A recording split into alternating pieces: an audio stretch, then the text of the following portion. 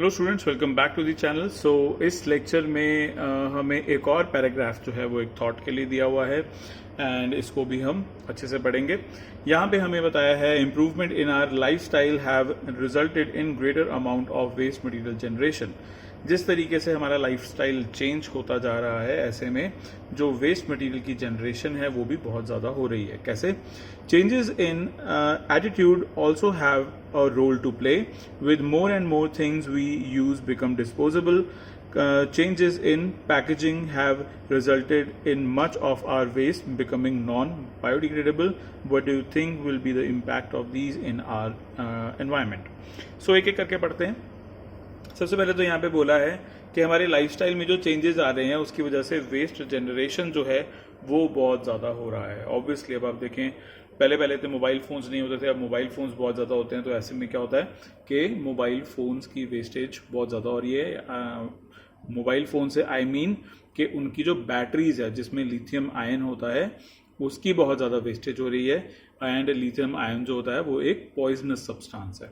ठीक है। सो अगर हम बहुत सारे मोबाइल फ़ोन्स को यूज़ करेंगे, जो कि आज की डेट में हम करते भी हैं और उसका और कोई सॉल्यूशन भी नहीं है, ठीक है, but at the end of the day क्या है, जनरेशन ऑफ वेस्ट मटेरियल तो हो रहा है। इसके बाद क्या लिखा है यहाँ पे, changes in attitude also play a role to play. With more and more things we use becoming disposable. और साथ में हम लोग क्या कर रहे हैं, हम लोग साथ में डिस्पोजेबल चीज़ें जो हैं वो बहुत ज़्यादा यूज़ कर रहे हैं। ठीक है, फॉर एग्जांपल घर पे कोई छोटी मोटी पार्टी हुई और हम लोग डिस्पोजेबल प्लेट लेके आ गए, डिस्पोजेबल स्पून लेके आ गए।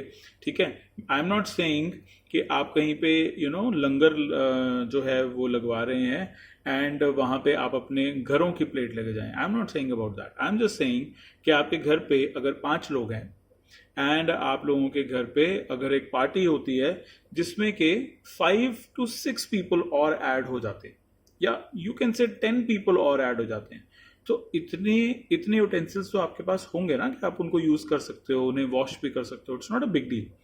बट आजकल क्या होता है कि हल्का फुल्का सा अगर हवन वगैरह भी होता है ना, तो उसमें भी लोग डिस्पोजेबल जितने भी यूटेंसिल्स हैं उनका यूज करना स्टार्ट कर देते हैं। अच्छा, और क्या ज्यादा होता है, आप लोग अगर कभी भी यूरोप में जाएंगे तो यूरोप में हमेशा जितने भी होटल्स हैं वो अपने रूम में वाटर के लिए ग्लास बॉटल रखते हैं।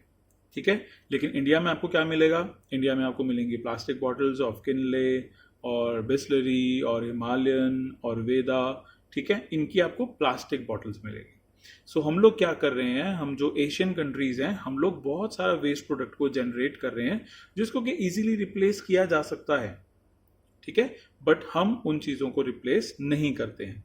तो हम लोग क्या कर रहे हैं, हम लोग डिस्पोजेबल्स जो हैं वो बहुत ज़्यादा यूज़ कर रहे हैं। ठीक है, कुछ एग्जांपल्स मैंने आपको बताए। इसके आगे क्या लिखा हुआ है, changes in packaging have resulted in much of our waste becoming non biodegradable. Just imagine कि आपके घर जब फ्लिपकार्ट से या फिर अमेजोन से कोई आपका पैकेज आता है तो वो किस तरीके से पैक हुआ होता है। Is it easy to open? Absolutely not, it is not easy, क्योंकि उसमें हर जगह सेलोफिन शीट लगी होती है, सेलोफिन टेप लगी होती है। और ऐसे में क्या होता है, जो सेलोफिन है it is a kind of plastic. So plastic की जो रैपिंग है वो इतनी ज़्यादा होती है। बिग बिलियन डेज लगे हुए थे लास्ट टाइम जब भी लगे थे, तो नेक्स्ट डे उनका डाटा आया फ्लिपकार्ट वालों का। तो फ्लिपकार्ट वालों ने बताया कि हम लोगों ने कितनी टेप्स यूज़ की, ऑल्दो उन्होंने बहुत ही ब्रैग करते हुए बताया था कि देखो हमने इतनी पैकेजिंग कर ली। ठीक है, बट उसमें कोई ब्रैगिंग नहीं थी। सो कितनी उन्होंने सेलोफिन टेप्स जो हैं वो यूज़ की थी, या फिर जो पैकेजिंग टेप्स हैं वो यूज़ की थी, इतनी कि उन टेप्स से वर्ल्ड को, ग्लोब को, ठीक है, 2 times रैप किया जा सके, 2 times। और जस्ट इमेजिन कि कितना ज़्यादा प्लास्टिक यूज हुआ बिग बिलियन डेज में। एंड बिग बिलियन डेज अगर आपको पता होगा तो जस्ट 3 to 4 days के होते हैं। ठीक है, तो उन 3 to 4 days में उन्होंने इतना ज़्यादा प्लास्टिक यूज किया कि वो हमारी अर्थ को 2 times पैक कर सकते हैं। ठीक है, सो जस्ट इमेजिन कि कितना ज़्यादा वो प्लास्टिक को यूज करते हैं। ठीक है, maybe I am wrong in understanding कि वो जो हमारी पूरी की पूरी अर्थ है उसको 2 टाइम्स रैप कर सकते हैं या फिर 2 टाइम्स उसका सरकमफ्रेंस ले सकते हैं, ठीक है, मतलब कि उसको एक ही पॉइंट से रैप कर सकते हैं। आई एम नॉट श्योर कि उन्होंने फुल पैकेजिंग की बात की है अर्थ की या फिर उन्होंने बात की है सिर्फ एक सरकमफ्रेंस लेने का, ठीक है, I am not sure about that, but चाहे जो भी हो प्लास्टिक तो बहुत ज्यादा यूज हुआ ना, ठीक है। So my main point is this कि हमारी पैकेजिंग के जो तरीके हैं वो बहुत ज्यादा चेंज हो रहे हैं और ऐसे में हम नॉन बायोडिग्रेडेबल सब्सटेंसेस बहुत ज्यादा जनरेट कर रहे हैं। So what do you think will be the impact of these in our environment? बताने की जरूरत नहीं है, वर्ल्ड में इतनी सारी ऑर्गेनाइजेशंस हैं, अगर आप उनके डाटा निकाल के देखेंगे तो आप लोगों को पता लगेगा कि वेस्ट प्रोडक्ट्स जो हैं नॉन बायोडिग्रेडेबल प्लस बायोडिग्रेडेबल हम कितना ज्यादा कंज्यूम कर रहे हैं या फिर हम कितना ज्यादा जनरेट कर रहे हैं, ठीक है। सो अब हम बात करते हैं हमारे इस चैप्टर के लास्ट पैराग्राफ के बारे में जहां पे लिखा है disposable cups in trains. If you ask your parents, they will probably remember a time when tea in trains was served in plastic glasses, which had to be returned to the vendor. The introduction of disposable cups was hailed as step forward for reasons of hygiene. No one at that time perhaps thought about the impact caused by the disposals of millions of cups on daily basis. Some time back, Coolherds, that is disposable cups made of clay, were suggested as alternatives.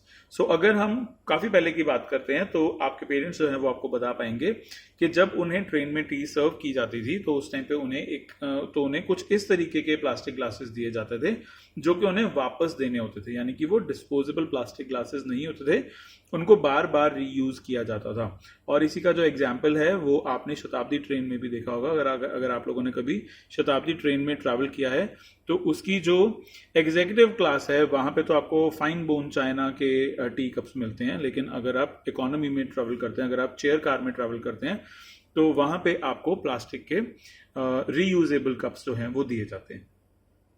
लेकिन आजकल क्या हो गया है, आजकल शताब्दी and राजधानी में तो ये सर्विस है, वहां पे जो हाइजीन है उसका ध्यान रखा जाता है, जो कप्स हैं उनको अच्छे से वॉश किया जाता है।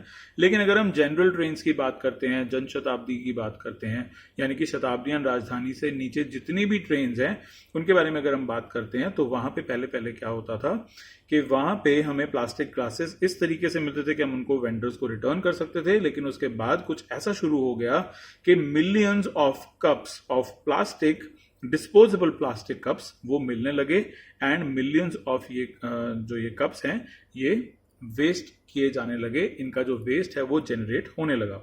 लेकिन फिर कुछ टाइम पहले ही इस चीज का थोड़ा सोल्यूशन निकाला गया और अब आपको जो टी है वो मिलेगी कुल्हर्ड्स में, ठीक है। ट्रेन्स यानी कि कुछ स्टेट्स ऐसे हैं जो कि अपने रेलवे स्टेशन में सिर्फ और सिर्फ कुल्हड़ जो होते हैं उसी में टी देते हैं, और ऐसा इसलिए क्योंकि जो कुल्हड़ है वो बने होते हैं क्ले के, एंड अगर हम इन्हें कहीं पे गिरा भी देते हैं तो ये एनवायरनमेंट के साथ मिक्स हो जाते हैं और ये ये बायोडिग्रेडेबल सब्सटेंसेस के अंडर आते हैं। But a little thought showed that making these coolherds on a large scale would result in the loss of fertile topsoil. Now disposable paper cups are being used. What do you think are the advantages of the disposable paper cups over the disposable plastic cups? लेकिन बाद में जब इस चीज पे research की गई तो पता चला कि अगर हम बहुत सारे कुल्हड़ जो कप्स हैं वो बनाएंगे तो ऐसे में क्या होगा कि हमारे एनवायरनमेंट की जो टॉप फर्टाइल सॉइल है उसका लॉस हो जाएगा और ऐसे में एग्रीकल्चर में बहुत ज्यादा असर आएगा। तो इस वजह से क्या किया गया, कुल्हड़ का जो आइडिया है उसको काफी स्टेट्स ने ड्रॉप कर दिया और अब उन स्टेट्स में पेपर कप्स ही मिलते हैं जो कि प्लास्टिक के बने हुए होते हैं और वो डिस्पोजेबल होते हैं, ठीक है। तो अब आपको क्या लगता है कि क्या सही था, कुल्हड़ के कप्स या फिर प्लास्टिक के कप्स? इस क्वेश्चन के साथ आपको एनसीईआरटी ने यहीं पे इस चैप्टर को फिनिश कर दिया है, ठीक है।